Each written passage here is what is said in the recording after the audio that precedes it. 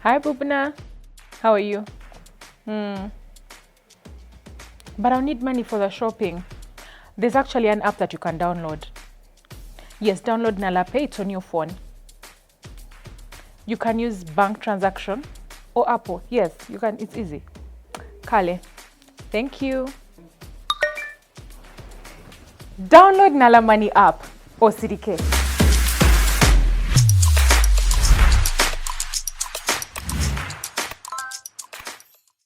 Hi guys, welcome to another episode of The Unpopular Opinion. Real, Bro. and we're saying it all.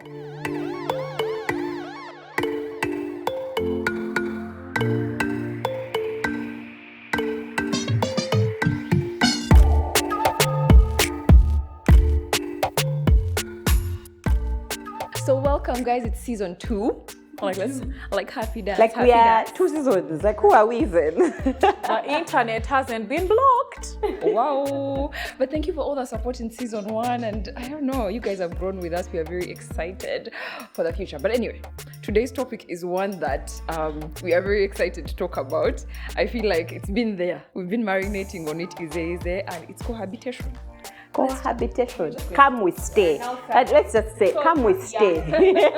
Come we stay. Come we stay. We're going to talk about it. But why are we paying for 2 houses? Come and we live together. You know why? Yes. Okay, yes, and other such things. We're going to get into all of that. Okay, so I just want to share something real quick, like before we even get into the whole discussion of what is cohabitation, because I feel like there may be varied ideas of what it is, so I'm going to read for you the actual definition according to Black's Law Dictionary. Lawyers, what up? First year. Black's Law Dictionary defines it as the act of a man and a woman openly living together without being married to each other. They are fact arrangements, and they're not sanctioned by civil, religious, or customary law. And, man and woman just decide to live as a husband and wife. So there you go. So I thought that before we even jump into the whole discussion, we should just share with you guys like our current situations as far as that goes. I'm single and I live by myself, and I haven't cohabited before. You guys? I am married, obviously living with my husband, but I think I would have been happy to cohabit especially after my first marriage ended. I was kind of like, yeah, I would do cohabitation. Okay. Unfortunately, my husband is on the straight and narrow. Or fortunately for that, now I don't regret getting married. Yeah. However, before hindsight, I wouldn't. I would still have. I think it's better to get married. I think so, very definitely, Okay. and religiously too. Okay. But yeah, I would have. I did not want to get married again. I just did not. Yeah. I was just like, you know what? I'm not doing this again. I would like to just cohabit. Okay. Come with stay. Echindas chafe. Tubulire. I'm living with my partner, and yeah, that's the cohabitation. We came and we stayed together, and yeah, we live together. So come with stay. yeah, Kaundoka Kubiedisa, we are cohabiting. I am cohabiting. I think we moved in together 2020, December 2020. Okay. Yeah, I think we made a year last year in December. We're making about 2 years, yeah. Okay. Living together. Yeah. Time flies, indeed. Yeah, I feel like it was just yesterday they moved in together. Feels like I'm not so long time ago. Okay. So I wanted to share like a really quick quote from Steve Harvey. There's this time on his show they had like a discussion with a couple of ladies about cohabitation, and he said that that his thing that he tells his daughters is you have to let a man see what he can get, but you have to make him imagine what he can have. Obviously, he's on the other side of like, let's not do it. I think because he had done it, so he had his particular thoughts about how that went. Because of course our experiences shape, the things that we're going to be good with or not good with. But obviously, so many people have different thoughts on these things. So we're just going to get into the why would you and why wouldn't you? Yeah. So let's start with you, Prim. Like why actually? Just why? For me, I don't know if I would call it the credit crunch then, but I remember that I hit a wall, say financially. I think at the beginning of 2020, like before lockdown, I'd invested money, I'd lost lots of money. And I remember by the time the lockdown started, I had no shilling on me. Like, I could not just afford to get by. I couldn't afford to take care of my family. And that was the time I think I'd started seeing Bubuna. Okay, we had been seeing each other for about like 5 months or 6 months and we weren't serious. Okay, let me not say we weren't serious. We were serious. But so during the lockdown, he used to come to my place quite a bit. And I remember he used to come with shopping and I would be so relieved. Like, oh my God, finally, okay, like now this week is covered. And I'd be like, okay, will he come back next week? Will he come to visit and then, cover for me shopping and stuff? So during COVID, we stayed together during the lockdown. He came to my place, lockdown happened, and then we just ended up staying together. Yeah. So I remember the time he moved back to his place, say around September, I think, when they were loosening the lockdown a bit. I remember that day I was very angry because now I was used to living with someone and now you're leaving. And I remember we had to sit down and have a conversation of, he's like, I also need my space, I need to go back. And then I had to like get my mind out, like, sis, please come back here. So anyway, he moved back. But for me, I remember I was paying rent because now I had to like cover areas of rent for my mom. And then I had to cover areas of rent for myself. So that meant that between that and, just even the current finances, it was impossible for me. So for me, it was a financial decision, actually. It was more of a financial decision than out of love. I realized that if we lived together, we could bring the rent together, and then that would afford me to pay the debts I had with my mom, the debts I was paying with, the financial losses and everything. It was a financial decision. For me at the time, it was more of a financial decision. To this day, it's a financial decision. Okay. Yeah. Okay, I think that's a point of view that a lot of people maybe have never. I didn't do it out of love. I didn't do it because I love the person and I want to live with you. However, you do love him. I do love him, yes, but it was and is still more of a financial decision than a love decision. Yeah. Because if I love him enough to have waited for him to marry me, but I needed the financial help, and he was bringing that to the table. Okay, like in the pyramid of, what was important at that time, it was that. Okay, Claire, share with us, why would you or wouldn't you? So because I'm married now, I don't know if I have a specific, particular, strong opinion on cohabiting. Why? Because I'm very much one of those people who believe in do you. Yes. You get it. Do you. Yeah. And then reconcile yourself with your good. Yeah. Does that make sense? So if it's your conscience does not bother you, I am not good. Yeah. Does that make sense? I'm not the law. If it's not a criminal offense, if it's not, I will never condemn anyone for doing what they feel they need to or what they want to. Again, I keep telling people, look, if your conscience is fine and it's not making you lose sleep at night, and if you feel like you're, at the end of the day, I will be me and God, you and God, you and God. Individuals. So I am very much, I released myself from caring what other people do. Yeah. And amen to that. I think for me, thinking about it, for the most part, it was like, okay, a faith-based decision of like, okay, like that's not something to do, so I won't do it. As I've gotten older, though, it's more of it's just what I want for myself right now in my life. I just want to live by myself until such a time as I marry. I don't have any, like you, I don't have any strong, I'm not. You can't say never. No. For you, it's it's never. But you can't judge other But I don't people. judge other people for making different decisions. Yes. I remember even when Prim was going to move in with Bubuna, I didn't feel like it was, like, it's not my decision to make. I was like, what do you feel? Like, how do you think this would change your life? Like, are you okay with it, like, in your spirit and so on and so forth? Because I don't feel like those are decisions you can make for anybody else. If that's what is for you, I'm just not the person that's going to judge you. I'm really, really not. I remember even when we said let's have this discussion, the first conversation that came to my mind was a friend of mine, a very close friend of mine, her dad sometime was telling us about cohabitation. And again, because our experiences shape our thoughts, for him, he had cohabited with someone like for a really long time, and then met his wife and closed that book. And he was like, friends, this is what is going to happen. See a mad woman.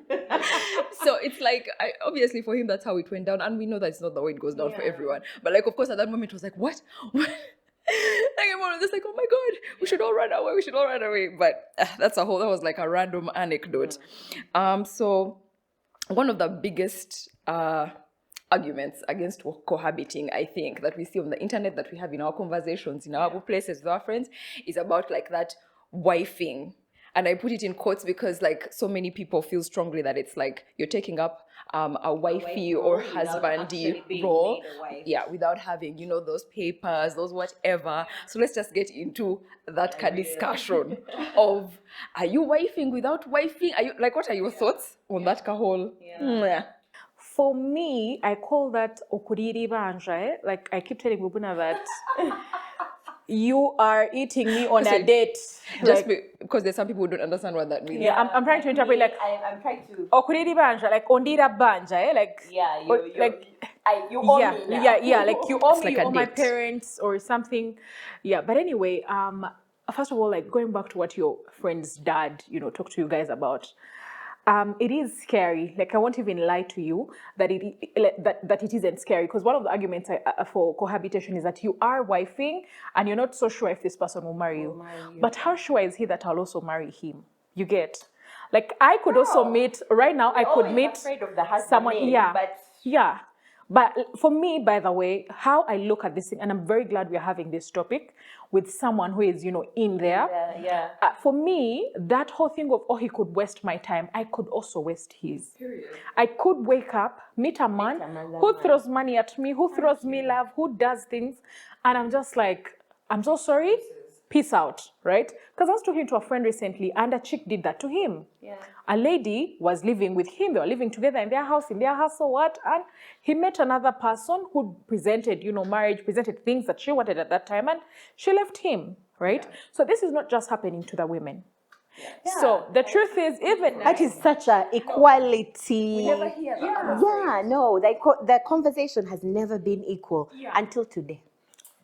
For me, when I entered this cohabitation, I was looking for let's say a financial partner and a love partner and everything, and I got a partner. Please emphasis on partner in caps, right? So like any business, you can decide. We could decide today that we can't partner anymore, but we'll remain friends. And I could leave, you could leave, she could leave, right? Does that mean that I've wasted your time or you guys have wasted my time? We've benefited. Thank you so much. It has solved my problem, and I've walked out. Mindset. For me, that's my point here. All right, that's interesting. I had never really realized it that way. When you say that you're wifing, I mean, this is a man who takes care of my needs like a husband.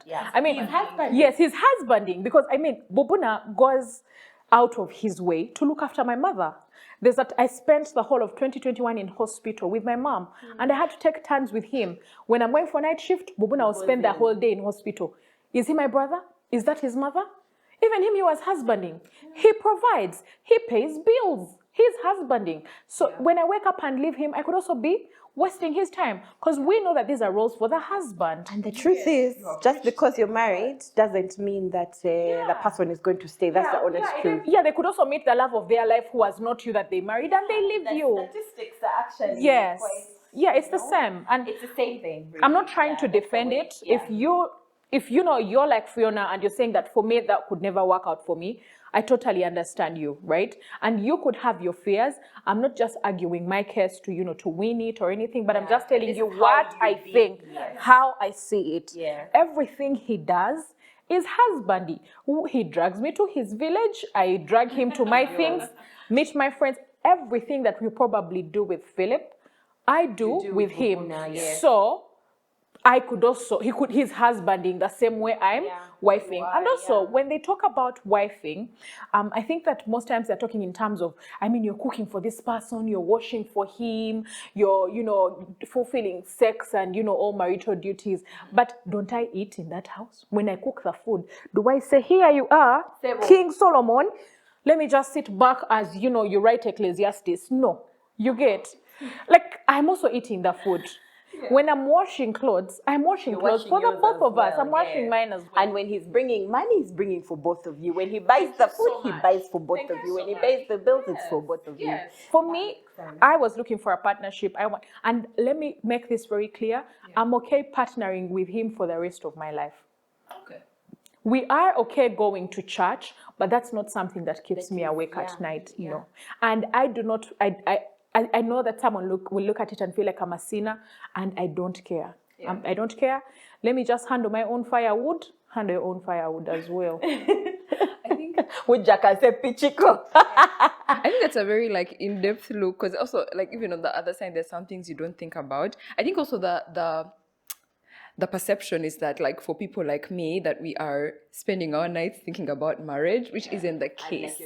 It's actually not that. It's not that everyone is just pining after it. It's just that people set different things for their lives. For me, it's a thing that I've set for myself that I don't want to do, because I don't want to do it. I have felt in my single years, I want to be by myself. And then when I marry and I go and we be together and all of that. But I don't know. I do know that, it can be, for a lot of people, it can be I'm chasing that ring, I'm chasing that paper, I'm chasing that church ceremony, and no shade to those people. But of course, that should not be your only goal, the end all. But I don't know, the mindset is not necessarily that. I get that vibe from people when I say that, me, I wouldn't. Because again, when you say you wouldn't, people think you're just out here judging everybody. You're going to hell. You guys in your sins, as if the rest of us are not sinning. You want different things for us. You just want different things for yourself. We're just sitting in a different way. So anyway, Claire, what are your thoughts? Do you know what? Now that I've listened to her perspective, I was going to say that, look, if for me personally, I'd move in with someone if we have a wedding date. Okay. Hindsight. I would say, if you really, really want to get married, and book your venue first, at least. This is my entire opinion. Why? Because, and we'll get into it a little later, is because when you live with someone, you see all their imperfections that you'll never see when you don't live with them. Yeah? And the chances of you staying together go lower when you live with people. You've seen a lot of bubuna that you didn't see. Since I got married to Philip, I've seen a lot of him that I had never seen. I've known him 15 years. You get? So there's a lot of things I was like, I'd think twice. If I had known this before we got married, you'd kind of be like, am I going to be able to put up with this the rest of your life? And a lot of marriages, or a lot of people who move in together before they get married, break up. Why? Because they realize, oh my God, this is not what I bargained for, So I'd say at least have a wedding date. If it's extremely important to you and you know that this is the person you want to spend the rest of your life with, no matter what the things you don't know will come out after you're married, I'd say have wedding date first. Don't live on promises of in 2 years, in 3 years. You get? Because the truth is, people are loyal. Fiona is going to come up and this guy is going to be like, but I'm in love with Fiona. I'm actually not in love with you. I'm going to realize I'm not in love with you. And that's where now that mindset of this guy won't marry you, comes from. If you're afraid that you're afraid that he may not marry you if you move in together, if you've chosen to move in together, have some kind of commitment, and it can't be by words. It can't be just verbal. It has to be. Because you said that for you, you're happy cohabiting for the rest of your life. Good for you. Now for me, if I had cohabited before I got married, I would say I need a wedding date first. Booked. You get? Or at least a kwanjula kuchala, some kind of commitment. Do you get what I mean? Before you waste my time. Now again, even when you get married, say from a 2-time married person, even when you get married, things end. So it's just the exact same spirit. Yeah. You go into cohabitation with that. Okay. Things just don't work out sometimes. Okay. And Can I say something? I feel like for me that takes us back to your why, right? If this person meets if say Bubuna meets the love of their life who is not me, and they leave me, I'll know that this cohabitation served the purpose that of that season. My purpose for me was and is still the fact that I have someone to split financial bills with, because I was breaking. I was the sole provider of my entire family, and I was breaking, and I needed someone to take care of me. So for the 5 years or 10 years that I'll have lived with him, he has done that for me, and I'm very grateful. And you'll not see me in a YouTube video crying and saying he wasted my time. No. That man has served the purpose that I went in for, right? So most times in our lives, I think it comes down to we need to understand our why. And not everyone marries for love. Not everyone cohabits for love. This is true. Some of them, it's protection, it's company, it's comfort. Yeah, lots of things. So always remember your why. Why are you doing this? So for me, like I said, it was more about my financial situation. And if he left me, say, next year or 2 years from now, I'll still be like, thank you so much for helping me through this time. Because now I'm actually now more stable financially than I was when we started living together. I've paid off, most of my debt. And if he has wasted in court these 2 years, he hasn't wasted them to me. He has brought me through a certain season, and I'm very grateful for that. And I feel like mindset is something that's very important, because a lot of people make decisions based off of fear. You get, you move in together because you fear, or you get married because the truth is the same thing. He could waste your time in marriage. This is true. He could waste your time in cohabiting. Do you get what I mean? So do not make decisions based off of fear. Always have a contingency plan. She has made her peace with it. If he's never going to have wasted her time, because do you get what I mean? Like even if you're married and maybe your husband gets maybe a younger woman and stuff like that, mindset. You get what I mean? Now it hurts. Obviously, it hurts. But your mindset draws the line between you breaking when your husband leaves you and completely, like literally, very many women even go into rehab, because you feel worthless because this woman has looked for a younger woman. You get what I mean? So always have that thing in you that, look, this could happen, and if it does, it's going to hurt, but it's not going to break me. So decisions that come from a strong point rather than from a point of weakness, I feel are always the best kind. So I guess it just goes back to like knowing for you what you want for your life, you as you, not at everybody else. Like for you, is marriage important to you in a very specific setting, in a very specific way? And if so, then you set boundaries that work for you as a person. I think at the end of the day, also just like being able to live with other people who have made different decisions is so key. This is a very judgment-free space. Like, it's just because we live so differently, there's nothing like then I'm telling Claire how to live her life, or Prim is telling me, or like, I wish we could do that a little less. I was just going to say, I was going to be less subtle than you. Stop judging. Especially in Christian circles. If someone has chosen, put it in your head, give yourself peace. Put it in your head that at the end of their time, they will be with God. Just the two of them. You're not going to be there. We should add the topic of toxic Christianity on some of the topics that we should cover next time. Actually, I think just goes like toxic spirituality, that like religion as a whole. But let us take it off as a topic for another day. Okay. So I want to just talk about the aspect of finances, because I feel like it's such a big part of the whole discussion on cohabitation. You guys, I don't know how it works in many other places, but in Uganda, according to the law, if you are cohabiting, you are not recognized. You do not have the privileges of a married couple. That means either customarily or you've married in church. You have a formal marriage. So you do not have those privileges. And while like for us, we are in also an urban setting, we might know, how to protect yourself or whatever. A lot of people are cohabiting that don't have an education and don't know that if that man leaves you, you don't have anything. You don't have Like you can't claim I don't know what, you know. I mean, of course, there are many. The law is also very nuanced. There are a lot of exceptions I may not be talking about. There are a lot of exceptions there that I may not be, you know, I don't even know enough to share on. But generally, you can find yourself in a situation of you and your children, or just you having being in the streets. And I feel like that's a scary point and like a very realistic thing for people to people to worry about as well. So let me ask you, Prim, because you're actually cohabiting. Like, how did you guys figure out finances? Like, did you sit before? Did you figure it out during? Like, now, when it comes to finances and the fact that the law does not provide for people who are cohabiting in Uganda, he actually found me with some property. I also found him with, you know, some property. And I know that this is something that me and him are both learning as we go, right?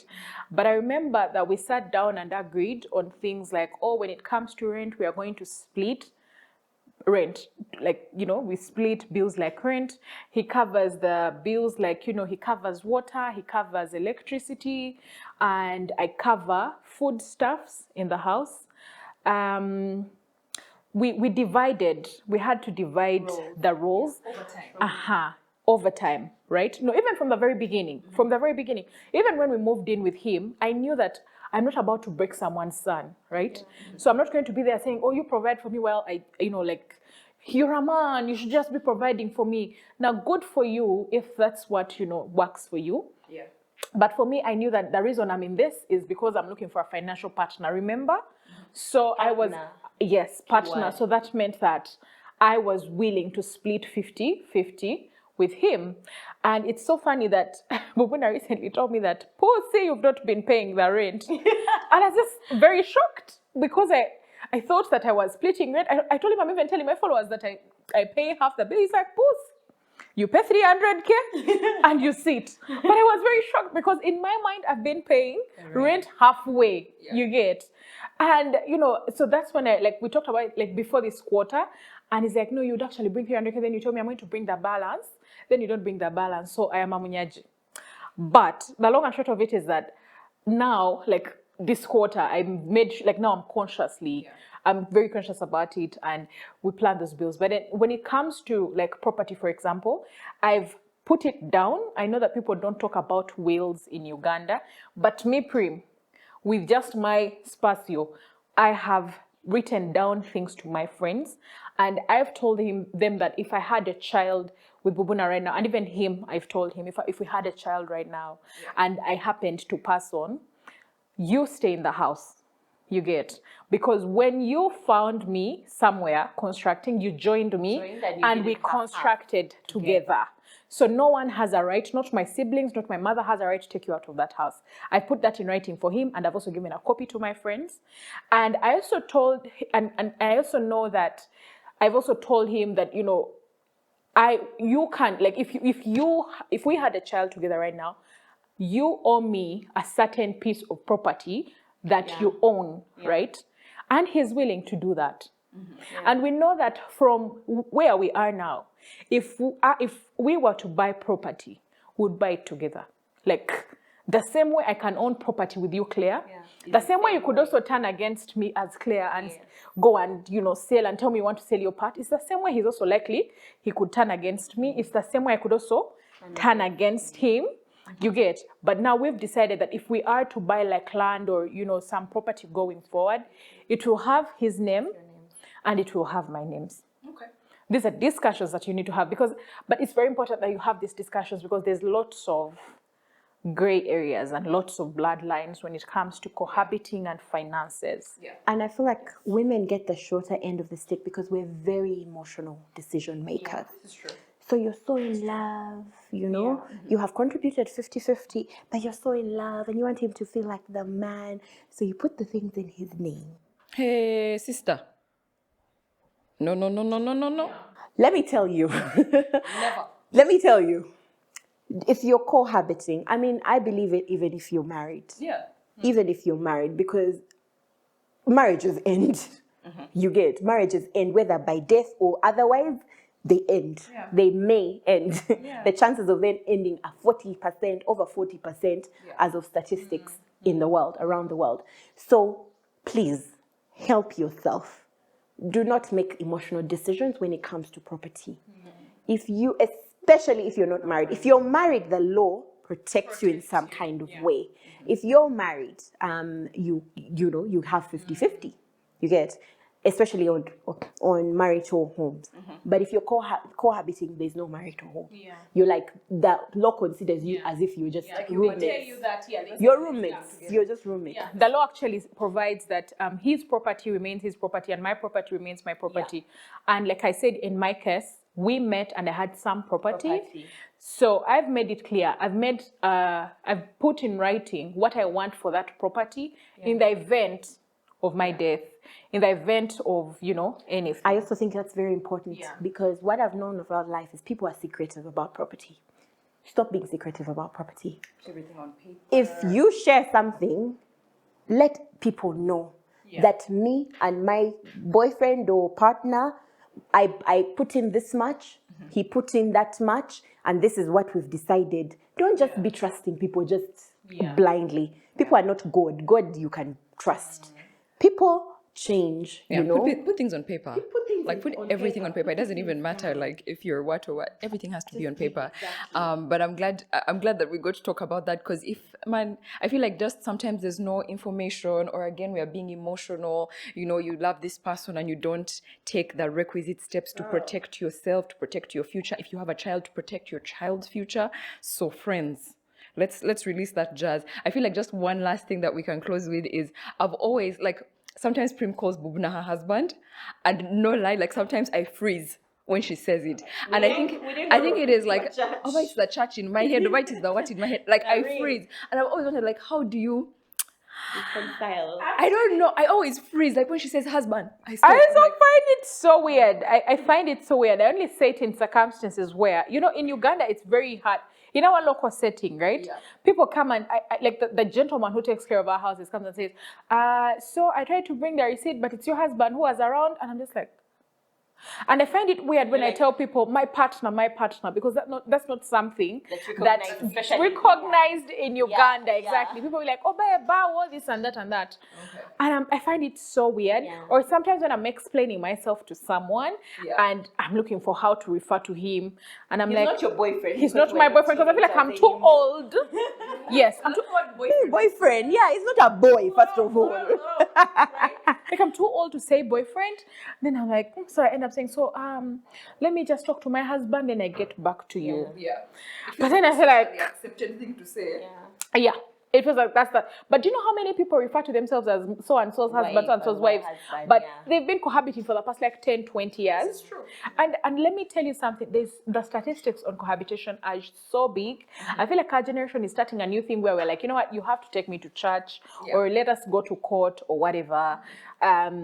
It's us who are starting this thing. But lots of our parents' generation, you'll find that they came and they just as if automatically live together. Yes. They just became. Yes. We are bastards, if that's the right word to use. We were born, outside marriage. Yes. But our parents are actually still together. Can I ask you, Prim, what is your biggest pro? Because I can't say a pro and con because neither of us have been there. What is your biggest pro and what is your biggest con? Because obviously in the situation, there's negative sides. So I want to know your biggest pro and con. My biggest pro, I think, is that I get to have it's like having something you've not paid for. Do you get? I know it should be him saying this that I get to have home cooked meals. Yeah. Without having to pay dowry. Yes. But for me, I get to have. I needed a partner and he gets to help me. Yeah. I get help, and there's that as if there's a bit of entitlement there from me of I'm entitled to. They expect you to do this because we are. Yes, we are together. What, and I get to have someone right now. I know that if anything happened. Most times, if I quit this job, I would sit back and he would take care of me. It's just in my conscience that I say that let me not do this to him, right? Yeah. But now one of the cons I think that a feeling that has come by recently is I wouldn't want my child to find us in this situation. That's honest. Yeah, I wouldn't want my child. Yeah, I wouldn't want my child to find us in this Out of situation. wedlock. Yes, I would want my child to like have like a dad and a mom that are married in church, Have and the they same last have name. the same last name. If I want to take the last name, but like there are pictures on the wall. Yeah, and I can explain that. Yeah, and like I know that if my like anything happened, reason because I want my child to have a place to belong, right? But there's a thing. Uncertainty that comes. If he, for example, passed away, God forbid, now I have to keep bringing you to your people and saying those are your people. Then people are like, but not to him, he wasn't married to her. It's just like I'm bringing your luggage to you, your child. Then me, I go away. I am not your recognized. I'm not part of the family. I want my child to be, and because the fact that my child doesn't make these decisions for me, for them, I owe them that. Because for me, I chose this life. I chose the cohabitation, but I'm sure they didn't. They didn't. Yeah, they would want to belong. So that's something that comes through like, yeah. Yeah, thanks for sharing that. I think like sometimes we are caught in like that gridlock of but this, but that, but this. But the truth is like on both, of trying to be the winner. Yeah. But everybody feels those different things just because someone is cohabiting so that they don't feel that. They don't feel those different things of, but also if I marry, do you know what I mean? But anyway, this was such a good conversation. We definitely want to hear what you guys have to say. But before we go, we have a little bit of an announcement. So we've been talking to you about something big that we're doing. So in June, we're having our very first live show. Unpopular Opinion is going live. Like Oprah Winfrey, Ellen DeGeneres show. Unpopular Opinion. So we'd love to invite you guys to watch us On the 25th of June. on the 25th of June. But even bigger, we are inviting Murugi Muni. Many of you know her as what she used to go by, Yummy Mommy. Like she's coming all the way from Kenya to sit down with us and having a real and raw conversation. So if you want the details on how you can attend our live show, the details are in the link in the description. And you can go to our Unpopular Opinion Instagram page and our personal Instagram pages. We'll see you in the live show. On the 25th. Subscribe. Bye.